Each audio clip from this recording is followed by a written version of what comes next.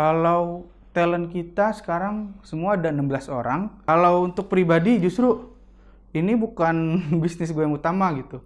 Di komentar-komentar dari TikTok itu banyak yang dalam tanda kutip memberikan konteks negatif lah terhadap jasa kita. Kalau pertemanan bagi saya tidak ada yang abadi. Ya, kita punya kepentingan masing-masing. Perkenalkan, nama gue Bay. Saat ini gue kuliah semester akhir di salah satu universitas di Jakarta. Gue ngambil jurusan ekonomi dan bisnis. Untuk kesibukan saat ini mungkin tinggal menyelesaikan tugas akhir, yaitu skripsi, dan juga freelance, bantu-bantu teman, dan juga ada beberapa usaha di bidang UMKM. Kalau gue sendiri aslinya dari Sunda, Jawa Barat. Cuman sejak kecil sebetulnya pindah-pindah. Kecil itu lahir di Jakarta sampai SD. Pas SMP pindah ke Karawang. Lalu SMA pindah lagi ke Garut. Lalu setelah itu ada di Garut cuman 1 tahun sebetulnya. Habis itu pindah balik lagi ke Jakarta dan sampai saat ini di Jakarta. Gitu mungkin kalau untuk perkenalan. Kalau dari kecil bisa dibilang gue punya banyak teman banget dan memang suka berelasi, suka dengan kegiatan-kegiatan yang memang itu bermanfaat bagi diri gue sendiri sama orang lain.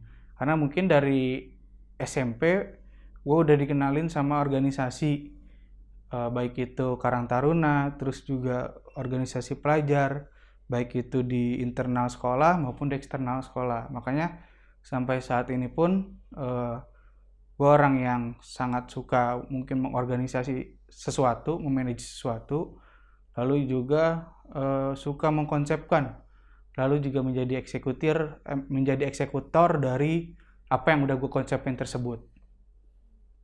Gitu sih, cuman selebihnya sama kayak yang lain sih. Sekolah sama, paling swasta sih dari dulu sebetulnya pengen masuk negeri, cuman sampai saat ini belum pernah kesampaian menempati tingkat pendidikan di tingkat negeri. Gitu. Dan selalu dapatnya swasta. Pertama kali kepikiran bisnis rental pasangan itu sebenarnya sudah hampir 1 tahun yang lalu. Waktu itu ada undangan pernikahan dari salah satu senior di kampus, dan memang gue dulu udah lama banget nggak pacaran gitu. Jadi saat itu nggak punya pacar gitu. Sedangkan teman-teman gue yang lain mau ke nikahan senior gue ini bawa pasangan masing-masing gitu. Nah waktu itu kepikiran lah, aduh kayaknya kalau cuman gue yang sendiri itu kan nggak enak gitu. Makanya wah, ngajak siapa ya, ngide kira-kira ada temen atau apa yang bisa gue ajak gitu. Nah waktu itu gue ajaklah temen gue gitu. Yaudah, gue ada acara, terus lu mau nggak gue ajak ke sana, kita sekalian makan gitu atau gimana? Oh ya udah, tapi lu berani bayar berapa gitu. Ternyata temen gue ini justru malah menanyakan harga gitu. Lu bilang, ya ilah kan sebetulnya sama temen gitu kan, kita juga ajak yang memang dia tidak mengeluarkan sesuatu gitu. Nah habis itu nggak berapa lama berselang itu gue ngelihat salah satu, sebetulnya ada yang juga menjual jasa ini gitu, dan itu menjadi tertarik. Kenapa? Karena di jasa itu bukan hanya mengajak atau menemani secara off date gitu ya, secara langsung gitu, tapi juga ada secara virtual.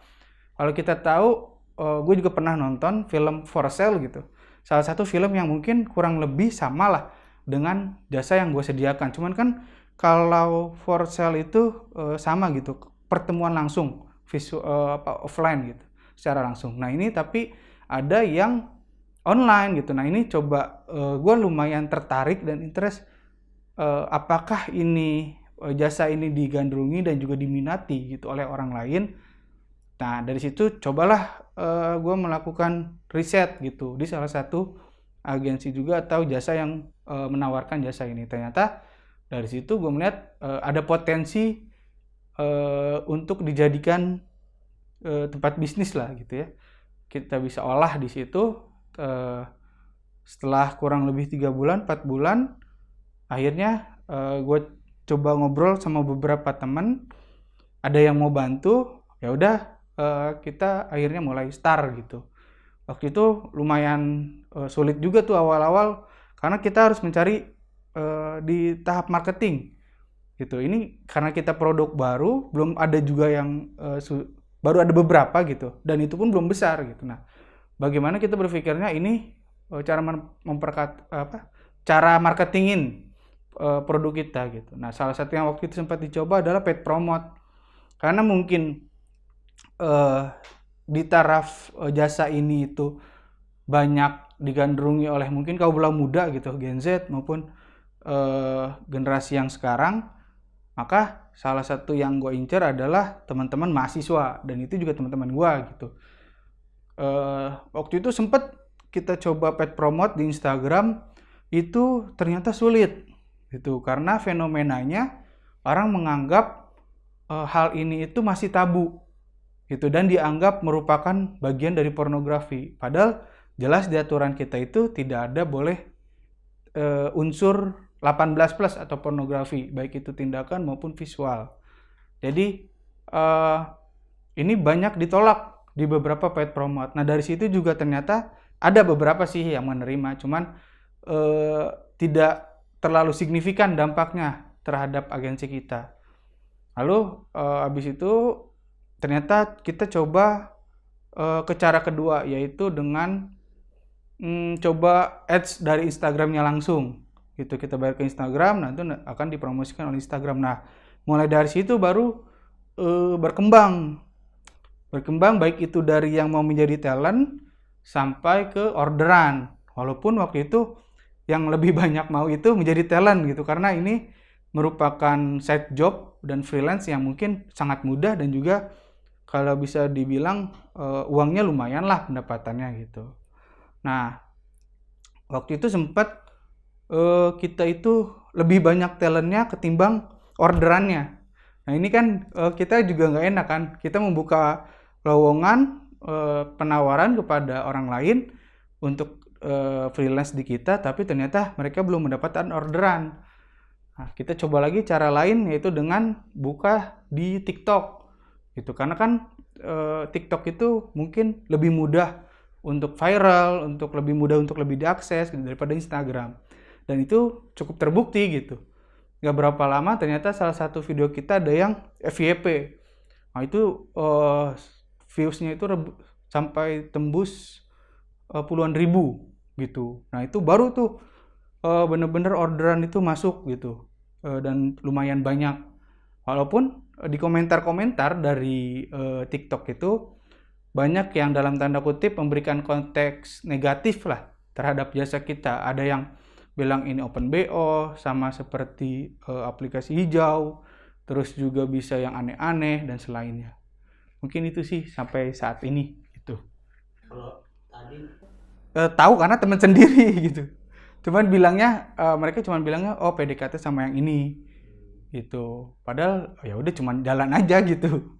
Karena sebetulnya ini bukan gue yang mengawali bisnis ini gitu. Gue juga mengadopsi dari orang lain, lalu gue modifikasi dan kembangkan gitu.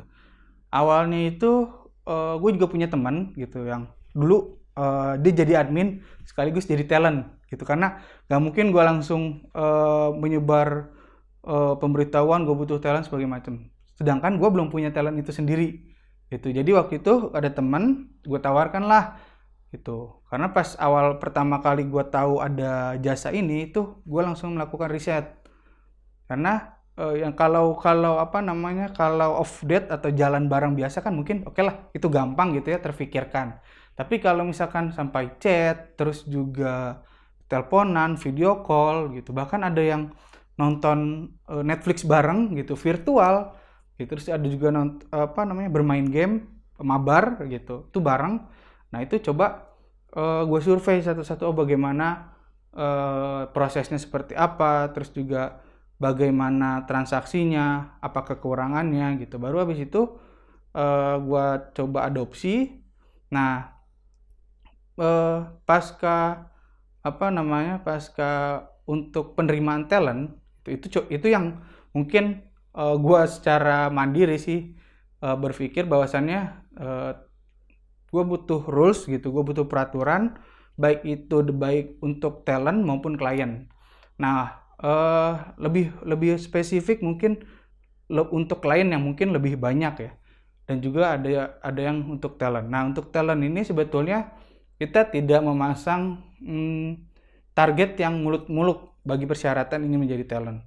Cuman bagi kita yang penting dia bisa welcome dengan orang baru, bisa dalam tanda kutip melayani ya. Tapi bukan yang aneh-aneh, tentu saja mungkin seperti menerima orang lain, terus juga mendengarkan apa yang mereka inginkan gitu.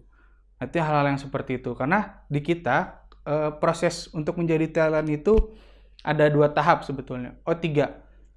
Yang pertama melakukan pendaftaran di Google Form. Yang kedua itu ada interview gitu, ada interview. Lalu yang ketiga baru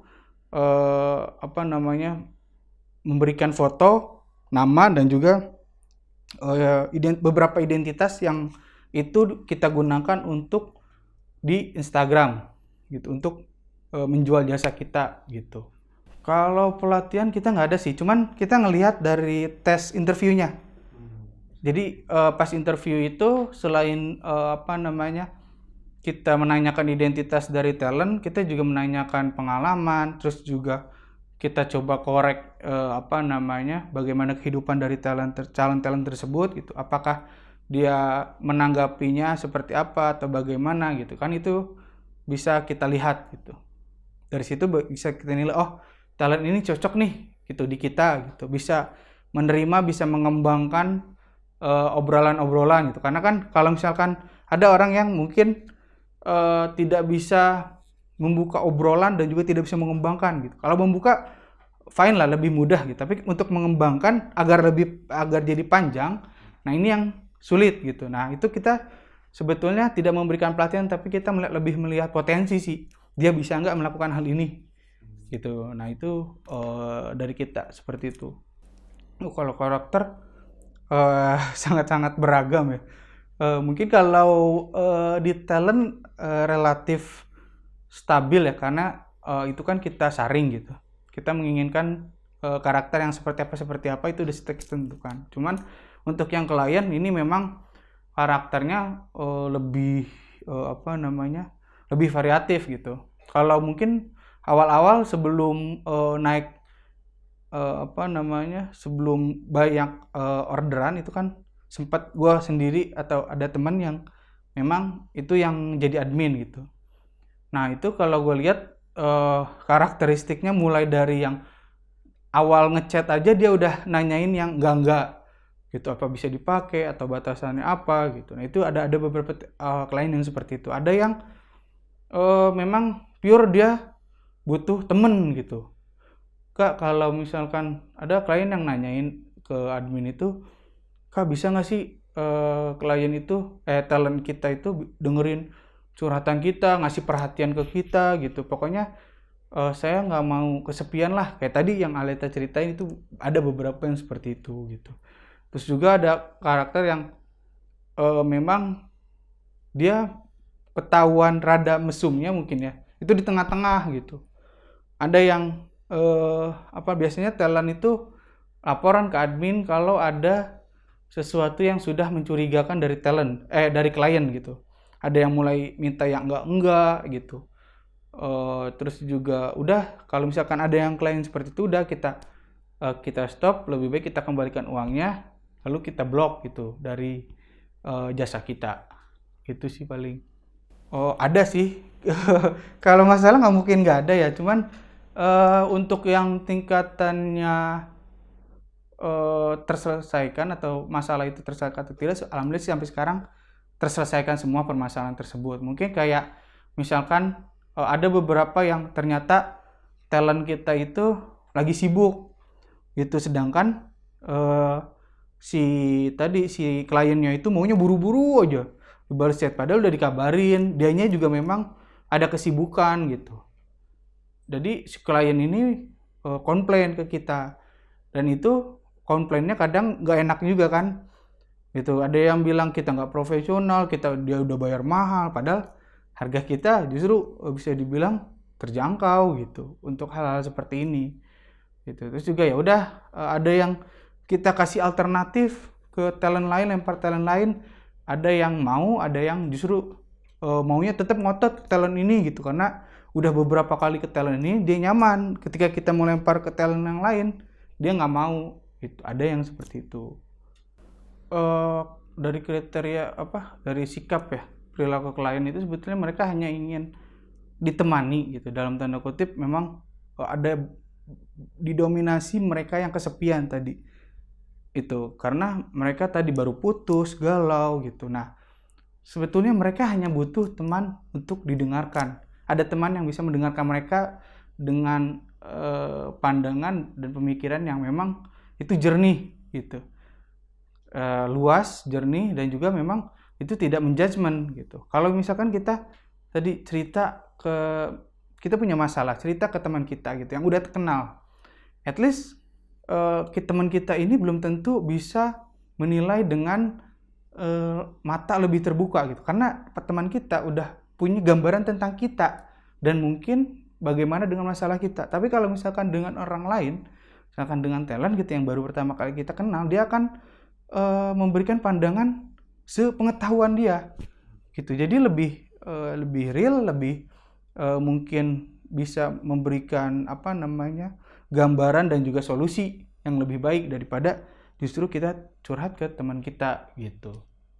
Oh, ada itu banyak kayaknya. Kayak kalau curhat-curhat ke teman kan biasalah ada yang kadang mereka justru ngecengin kita gitu, menyudutkan kita. Ada yang ngasih solusi tapi justru solusinya nambah masalah, ada yang kayak gitu. Ada lagi yang ada sih beberapa yang memang itu lebih solutif ngasihnya, ada, cuman tidak banyak gitu. Sedangkan kalau misalkan kita ke orang lain, mungkin tadi pandangannya terhadap solusi akan lebih luas, karena kita sama-sama random pemikirannya, baik itu dari segi dari segi membaca masalah maupun baca karakter orang.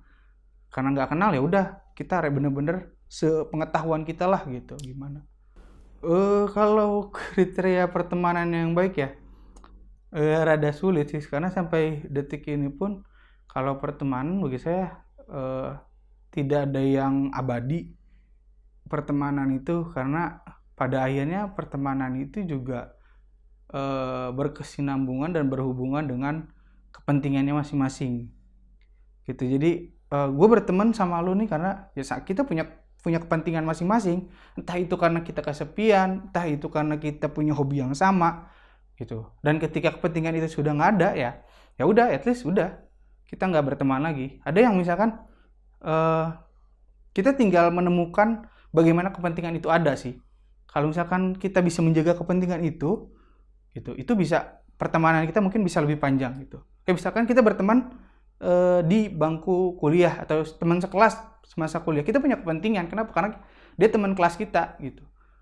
Kita harus berteman dengan mereka agar kita dapat dimintain tolong atau ditolong oleh mereka gitu. Paling tidak hal sekecil itulah gitu, kita bisa dapat informasi dari mereka. Setelah itu kan, setelah kita lulus ya udah, kalau kita nggak punya kepentingan lagi dengan mereka, ya udah kita nggak berhubungan lagi dengan mereka gitu.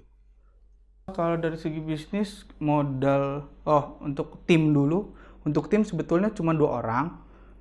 Itu gue sendiri sama admin gitu. Untuk yang menyelesaikan desain dan segala macam kita berdua. Tinggal kita bagi-bagi aja yang mana. Cuman kalau untuk yang menerima orderan dan segala macam, penerimaan talent itu admin gitu. Nah, terus untuk modal awal itu sekitar 400.000 sih. Paling banyak sebetulnya di yang paid promote dulu awal itu, yang justru tidak efektif gitu setelah gue coba. Karena yang udah mah banyak yang nolakin, ada yang nerima pun ternyata tidak berdampak positif gitu. Tapi setelah nyobain ads Instagram itu hasilnya positif gitu. Nah dari situ baru yang ada income gitu. Terus untuk pendapatan saat ini kita terakhir bulan Maret kemarin itu capai 10 juta. Berarti kurang lebih dari kita mulai Desember sudah hampir 30-an. Mungkin kira-kira rata-rata lah. Kalau untuk pribadi justru ini bukan bisnis gue yang utama gitu. Karena ada beberapa bisnis tadi yang lain, ini kayak cuman sebetulnya ini juga apa ya? Gue ada kesadaran untuk melihat fenomena sosial dan ini bisa memberdayakan orang lain sih. Gitu. Gue ngeliat kayak teman-teman kampus gitu. Dia udah ngampus cuman kayak kupu-kupu gitu. Kuliah pulang. Akhirnya kuliah pulang ini jadi beban keluarga. Cuman bisa ya, minta duit ke orang tua gitu. Nah, dari mereka itu ada beberapa yang punya kesadaran ingin menghasilkan gitu dengan baik itu freelance atau pekerjaan sampingan. Cuman bingung mau di bidang apa gitu dan mau seperti apa. Nah, makanya karena waktu itu tercetus ide seperti itu, ya udah akhirnya ini juga untuk membantu teman-teman gue yang lain gitu. Dan sebetulnya gue juga nggak memotong apa ya, karena dari 100% harga itu tim admin atau dari kita itu cuman motong 20% dari total keseluruhan. Jadi 80% itu talent, 20% untuk admin. Kalau talent kita sekarang semua ada 16 orang, itu 4 atau 5 laki-laki, sisanya perempuan. Gitu. Karena kan kita melihat pasar dominasi oleh laki-laki, pasti kita membutuhkan talent perempuan yang lebih banyak. Nah, untuk ekspansi mungkin kalau membuka aplikasi secara resmi gitu kayaknya belum deh ya untuk ke depan gitu. Cuman paling tadi ekspansi wilayah sih. Karena kita masih didominasi oleh Jabodetabek, Padang, udah sih itu dong, Cirebon, Surabaya, Malang. Cuman Surabaya sama Malang itu belum terlalu banyak talent kita. Nah, mungkin ke depan kita mau ekspansi juga karena sebetulnya banyak permintaan kayak di Bali, terus di Kalimantan gitu. Bahkan di Sumatera itu banyak, cuman itu kita rada sulit. Kenapa? Karena untuk memonitor itu karena jauh gitu, gue di luar kendali gitu. Yang ditakutkan terjadi hal-hal yang tidak diinginkan dan itu di luar kendali gue. Misalkan kayak off date lah ya. Kalau kayak off date itu talent kenapa-napa mungkin akan lebih mudah respon gitu. Kita bantu apa-apa lebih mudah. Cuman kalau misalkan di luar Jabodetabek, apalagi sampai luar pulau, itu kita sulit menanggulanginya gitu. Makanya itu masih butuh skema dan juga planning yang matang sih kalau misalkan mau benar-benar ekspansi ke luar pulau dan segala macam, ke berbagai kota yang lain.